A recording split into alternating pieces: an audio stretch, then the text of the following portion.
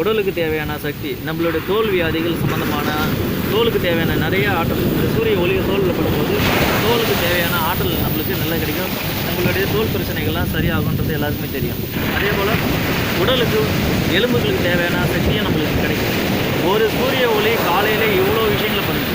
அப்போ இந்த பூமியில் இருக்கிற சக்தியை நம்ம வந்து சரியாக பயன்படுத்தினா நம்ம உடலுக்கு எவ்வளோ சக்தி கிடைக்கும், அதை வந்து சரியான முறையில் நான் உங்களுக்கு வழிவகையோடு சொல்லித்தரேன். நீங்கள் பயிற்சி பண்ணுங்கள். தியான பயிற்சி இன்னும் விளக்கமாக நிறைய விஷயங்கள். தியானம் எப்படி பண்ணணும், அதுக்கு என்ன மந்திரங்கள் இருக்கணும், நம்மளுக்கு உடலுக்கு தேவையான சக்தி கொடுக்கறதுக்கு என்ன மூலிகை நம்ம சாப்பிடணும், இது எல்லாமே வருங்காலத்தில் நான் உங்களுக்கு பயிற்சி சொல்லித்தரேன். காலையில் முக்கியமாக சூரிய உதயத்தில் சூரிய நமஸ்காரம் பண்ணணும். சூரிய நமஸ்காரம் பண்ணும்போது நமக்கு பிராணசக்தி தான் அதிகமாக கிடைக்கும். அதை தான் நான் திரும்ப சொல்லியிருக்கேன். அப்போ பிராணசக்தி பண்ணணும்னா காலையில் சூரிய நமஸ்காரம் பண்ணுங்கள். குண்டலினி சக்திக்கு தேவையான முதல் விஷயமே சூரிய நமஸ்காரம். உடலுக்கு தேவையான அனைத்து சக்தியும் சூரிய நமஸ்காரம் மூலமாக கிடைக்கும், சூரிய ஒளி மூலமாக கிடைக்கும். காலையில் எழுந்திரிச்சு இந்த பூமியிலேருந்து வர ஆற்றல் வந்து அனைத்து உயிர்களும் உயிர் பேர்த்து வளரக்கூடிய நேரம். நம்மளை அந்த வளரக்கூடிய நேரம் தான் காலையில் வந்து காலை பொழுது. அதனால தான் காலை பொழுதில் அனைத்து உயிர்களும் வளரும், பூக்கள் பூக்கும், உடலில் இருக்கிற செல்கள் உருவாகும், உடலில் உணர்ச்சிகள் அதிகமாகும், உடலினுடைய ஆற்றல் வந்து அதிகமாகும், உடம்பு வந்து ரீஃப்ரெஷ் ஆகும், மைண்டு ரீஃப்ரெஷ் ஆகும். அப்போ காலை பொழுதில் நம்ம எந்த வேலைகளை ஆரம்பித்தாலும் நம்மளுக்கு அந்த நாள் முழுவதும் நம்மளுக்கு ஆற்றலாம் சக்தி கிடைக்கும். அந்த காலையில் அவ்வளோ சக்தி கிடைக்கும். அந்த சக்தியை நம்ம எடுத்து சுவாசத்து மூலயமா நம்மளுடைய மூலாதாரத்தில் சேமித்து வைக்கணும்.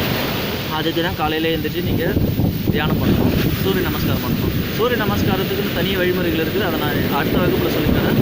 இப்போ காலையில் எழுந்திரிச்சு சூரிய தியானம் பண்ணுங்கள். சூரிய தியானம் பண்ணி குண்டலினி சக்தியை உருவாக்குறதுக்கு நீங்கள் வழிவகுக்கணும்.